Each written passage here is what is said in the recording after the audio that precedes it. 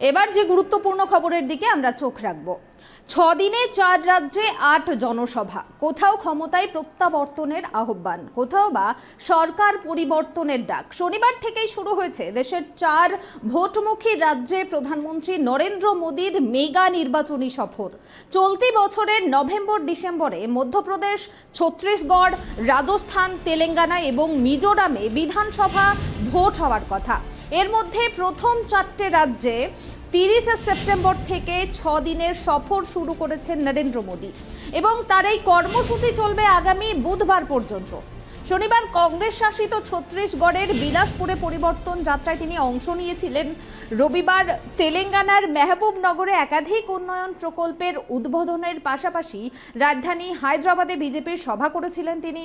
ওই রাজ্যে মূল লড়াই মুখ্যমন্ত্রী কে চন্দ্রশেখর রাও অর্থাৎ কেসিআরের বিআরএস এবং কংগ্রেসের মধ্যে হলেও বিজেপিও ভালো ফলের বিষয়ে কিন্তু আশাবাদী। 2 অক্টোবর মোদী যাবেন বিজেপি শাসিত মধ্যপ্রদেশে।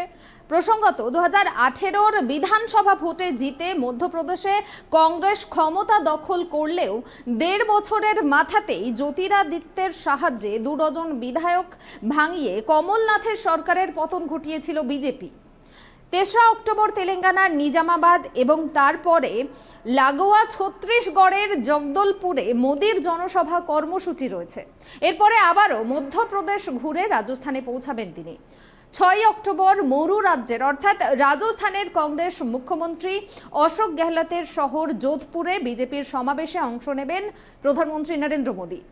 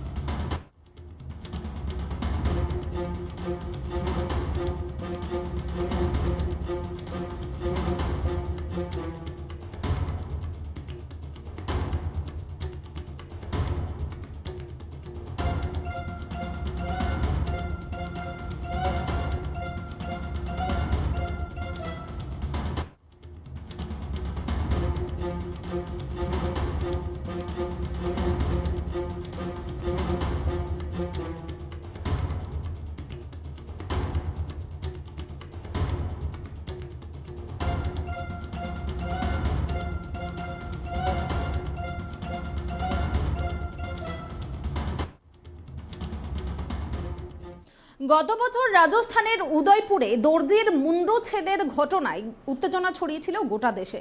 ভোটমুখী রাজস্থানে দলের প্রচারে গিয়ে সেই প্রসঙ্গ টেনে কংগ্রেসকে আক্রমণ শানালেন প্রধানমন্ত্রী নরেন্দ্র মোদী। তিনি বললেন, উদয়পুরের দর্জির হত্যাকাণ্ড নিয়েও ভোট ব্যাংকের রাজনীতি করেছে অশোক গেহলत সরকার। और इस चुनाव में हमारा एक ही चेहरा है और वो चेहरा है कमल। इस कमल को ही भारी बहुमत से जिताना है और हम इस कमल के नेतृत्व में, कमल के निशान से राजस्थान का भाग्य भी तेज गति से आगे बढ़ाएंगे। हमारी उम्मीद कमल है, हमारा उम्मीदवार कमल है। हम कमल खिलाएंगे, भाजपा को जिताएंगे। इसी लक्ष्य के साथ हम सबको एक मस्त ताकत बनाकर निकलना है। एक बार फिर मेवाड़ इतना भव्य स्वागत करने के लिए मैं फिर एक बार मेवाड़ की धरती को प्रणाम करता हूं, इस वीर माताओं को प्रणाम करता हूं, यहां के सभी नागरिकों को प्रणाम करता हूं। নির্বাচনের আগে রাজস্থানের চিত্তরগড়ের একটি অনুষ্ঠান মঞ্চ থেকে কংগ্রেসকে কড়া ভাষায় সমালোচনা করেন প্রধানমন্ত্রী নরেন্দ্র মোদী। সেই কড়া জবাবের এবার প্রতিক্রিয়া দিলেন কংগ্রেস নেতা সচিন পাইলট। প্রধানমন্ত্রী মোদীর সফরকে বেশি রাজনৈতিক এবং কম প্রশাসনিক বলে জানান তিনি। এছাড়া তিনি আরও জানান যে তারা শুধুমাত্র এখানে ক্যাম্পেইন করার জন্য আসছেন। এবং তাদেরকে প্রচার করতে হবে, কেননা তারা রাজস্থানের নেতাদের সমর্থন পাননি, তাই দিল্লির নেতাদের দিয়ে কাজ করাতে হচ্ছে তাদের। মনে হচ্ছে যে রাজস্থানের পাশাপাশি মধ্যপ্রদেশ এবং তেলেঙ্গানাতেও সরকার গঠন করবে কংগ্রেস এবং 3 দশক ধরে চলে আসা রাজনৈতিক ট্রেন্ডকে পরিবর্তন করবে এবং আবারও রাজস্থানে সরকার গঠন করবে।